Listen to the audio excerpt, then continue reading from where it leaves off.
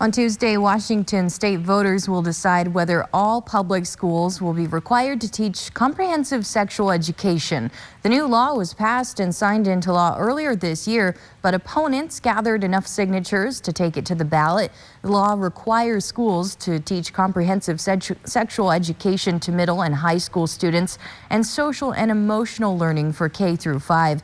Supporters say the law would help students to establish healthy relationships, prevent sexually transmitted infections and unintended pregnancies, and protect them from sexual predators. This is not education that promotes sexual activity, certainly not early sexual activity, but it's really education that gives kids the tools, the language, and the information they need so that when they are ready to become sexually active, they understand how to do that in a way that is age appropriate, that's safe, and that keeps themselves healthy.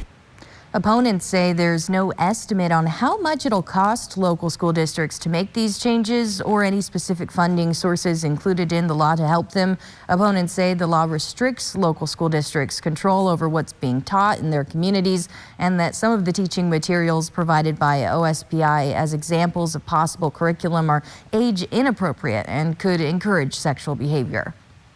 When we talk about the idea that school districts could create their own curriculum, that's true, but the curriculum still needs to meet the same comprehensive sex education standards that are set by OSPI. So really, you're kind of left with not much of a choice.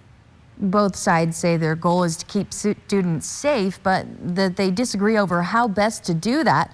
A vote for the referendum keeps the new law in place. A vote against it repeals the law.